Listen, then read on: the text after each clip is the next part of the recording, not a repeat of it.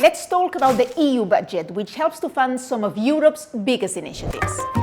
Think about the young farmers receiving grants to start their own business and ensure future food production in Europe. Or the scientists working on new cancer treatments through Horizon Europe's cancer mission. Or the more than 1 million students discovering new cultures every year through Erasmus Plus exchanges. All of this and so much more in your everyday life is linked to the EU's long-term budget. It's where the Union's priorities are set and where 27 countries have to agree on how to spend it all together. So in this video, we'll break it all down. What the EU's long-term budget actually is, its current priorities, and how it all gets decided. Let's get started. Since 1988, the EU has managed its finances through long-term budgets known as the Multi-Annual Financial Framework, or just MFF. Think of it as the EU's 7-year spending plan, with clear limits or ceilings on how much the EU can spend overall and in which policy areas. This system keeps spending aligned with the EU's political priorities, makes finances predictable for those receiving EU funds, and helps maintain budgetary discipline. Most of the money comes from the member states. Each country contributes roughly 1% of its gross national income, which means around 1% of the value of everything its economy produces in a year. So, if your country's economy grows, it contributes a bit more. If it slows down, it pays a bit less. It's a simple, fair system where every country contributes according to its size and strength. But national contributions aren't the only source of income.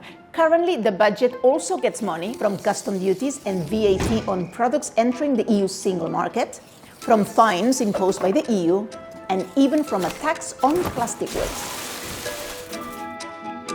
So the MFF is mainly an investment budget. It represents only about 2% of all public spending across the EU. That's less than a third of what the US federal government spends in a single year. So the MFF's goal isn't to replace national budgets, but to complement them, funding projects that work better at European level than they do at national, regional, or local level. The current MFF runs from 2021 to 2027 and covers a wide range of policy areas, from helping less developed regions catch up economically, to supporting farmers and in the move towards sustainable agriculture.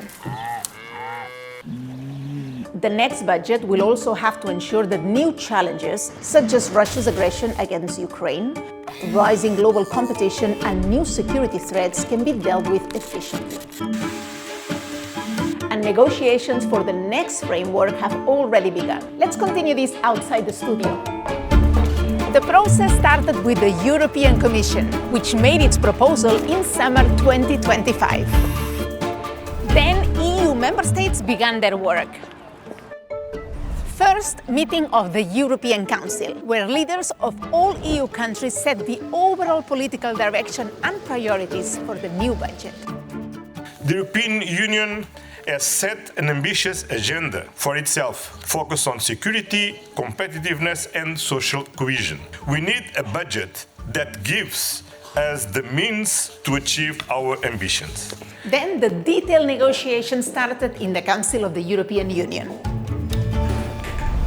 This is where ministers from all 27 EU countries sit down together and negotiate the entire long-term budget, line by line.